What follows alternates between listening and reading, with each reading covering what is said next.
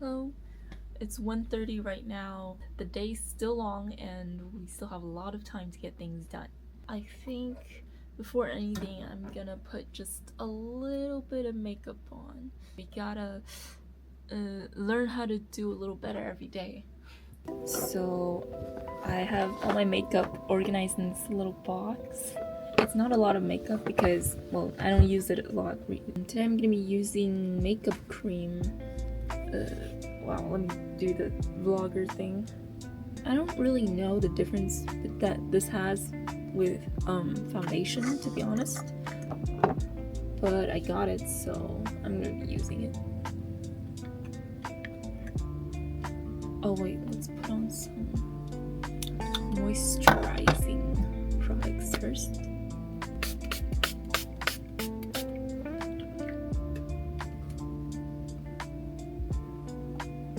Oh, it's rainy and humid today, so I don't think I'm gonna be putting on any sunscreen.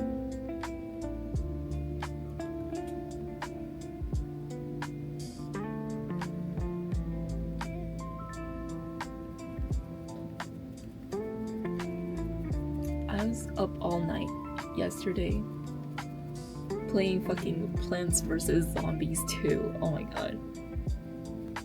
Oh, I also watched The Backrooms yesterday.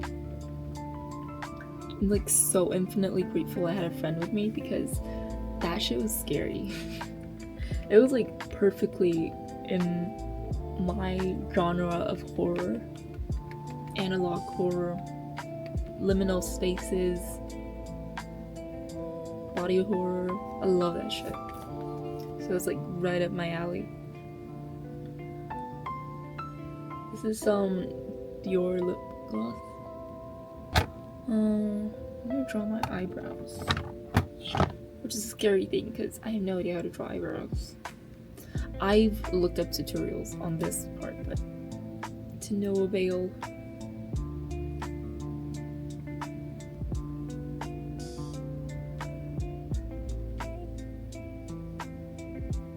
You know, I don't see a lot of YouTubers with acne out there, or I don't see a lot of people in general with acne, and my skin condition is like really bad. I'm gonna try on this blush balm my roommate got me for my birthday before. It's so cute. Look at that.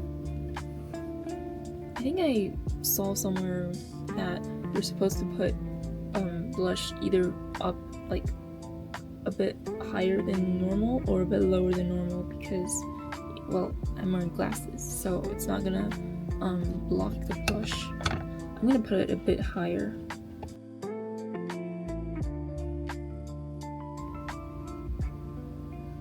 Can you see a difference? I don't know. Comment if you see a difference. I do. Should I do anything for the eyes? Maybe like a little bit of eyeliner.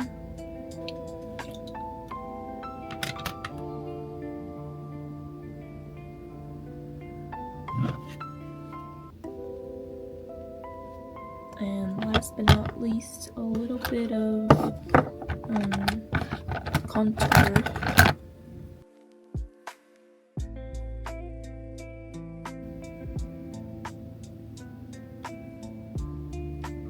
Oh, also, I have like these other glasses that I wanted to try on. These are my old glasses. Now that we're trying on glasses, might as well. Do these look better than my new glasses? Low-key, I think it kind of does. Also, why do I see more clearly with my old glasses than my new glasses? These.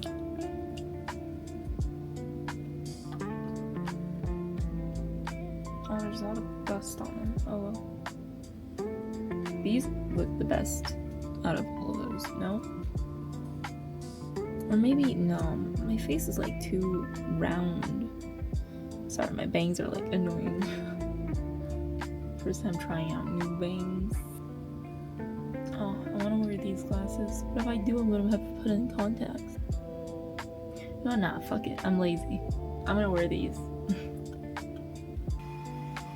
Alright, here's the final result. So I think I'm just gonna get a quick meal and then I'll catch up with you again at the library. Okay, bye.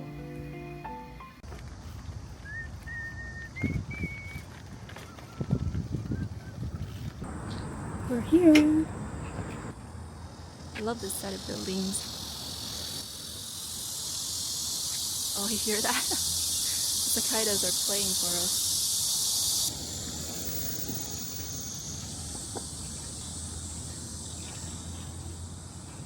A lot of people here today. Things weren't open before. I guess there wasn't as much people. Always meals here.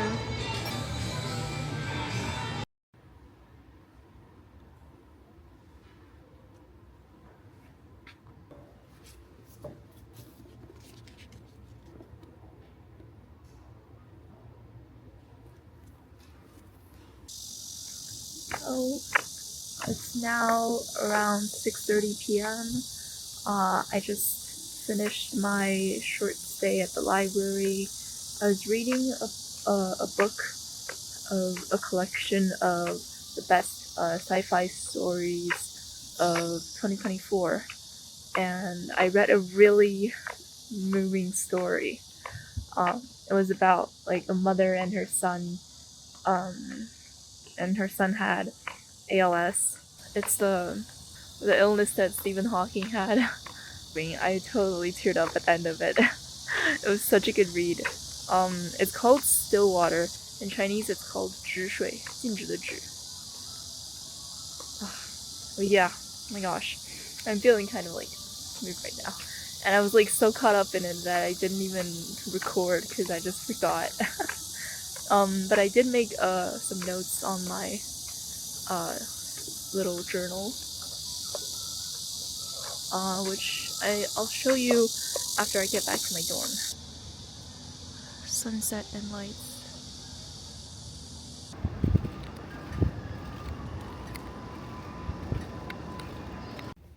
Heyo.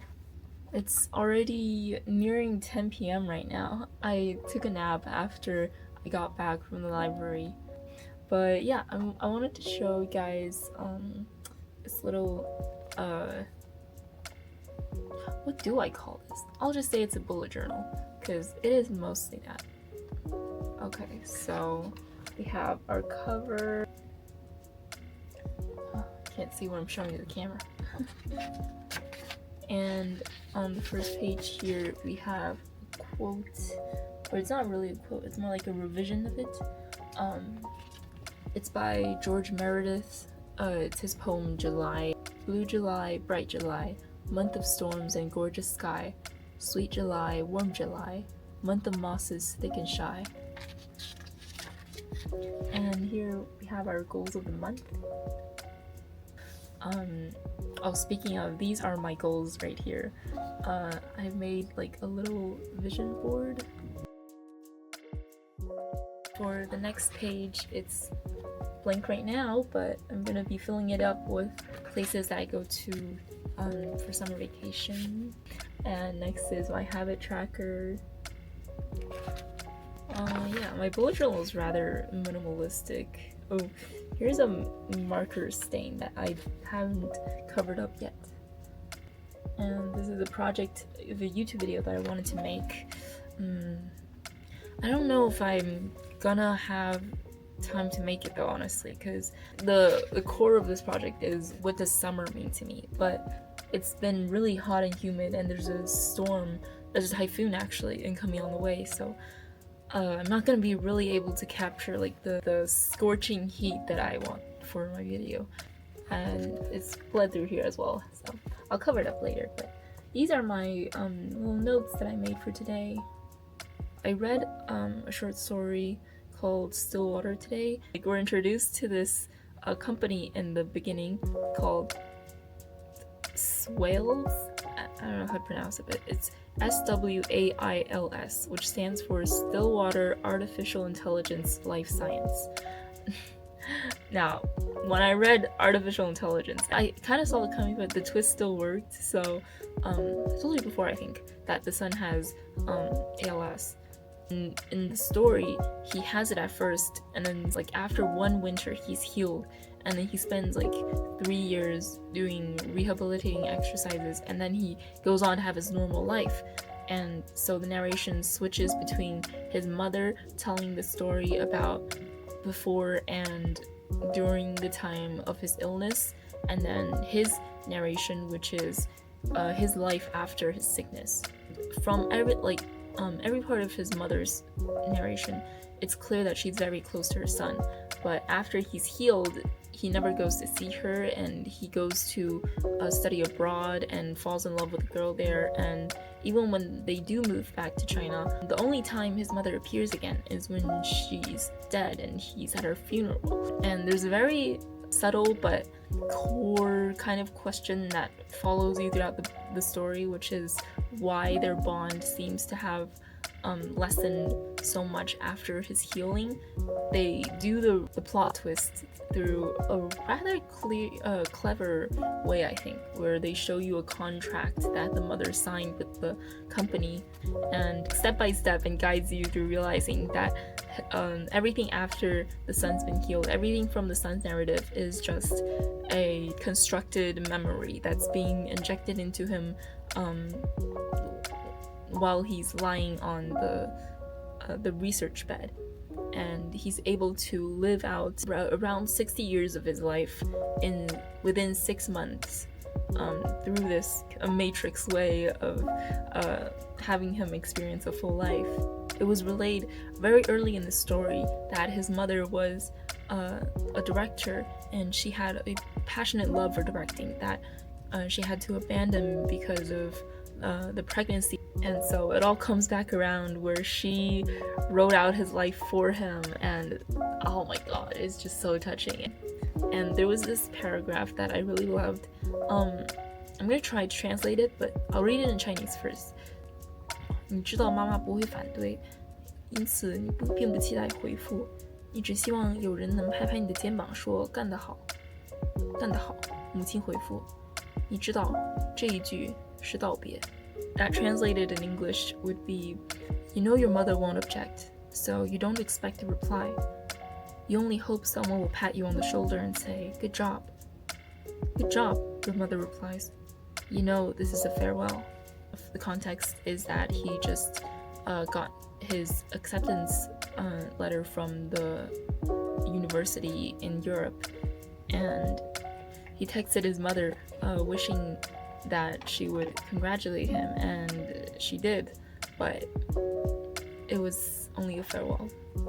Yeah, I really love that in the two different narrations there was a stark contrast where the woman, the mother, was talking on the one hand about how much she was displeased with the husband, but then she had this deep and fierce love for her son. And it was stated several times that she wished her son would be the best man that she ever met. And in the son's narration, he had two relationships. So the first one was a one-night stand. He was struggling to realize whether or not he loved her and what love was. But then after he went to Europe, he met this other girl, and he knew immediately that he wasn't in love with her, and this is true love. And they had a happily ever after. The similarity that these two characters went through, relationships-wise, it's just amazing. I love a good parallel storytelling like that.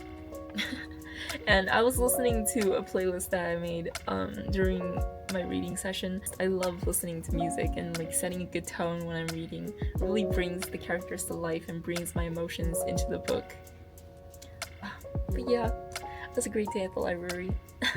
A great couple of hours. I slept through so much of the day. Goddamn. But yeah, I think that's gonna be it for today. So I'll see you tomorrow. Bye.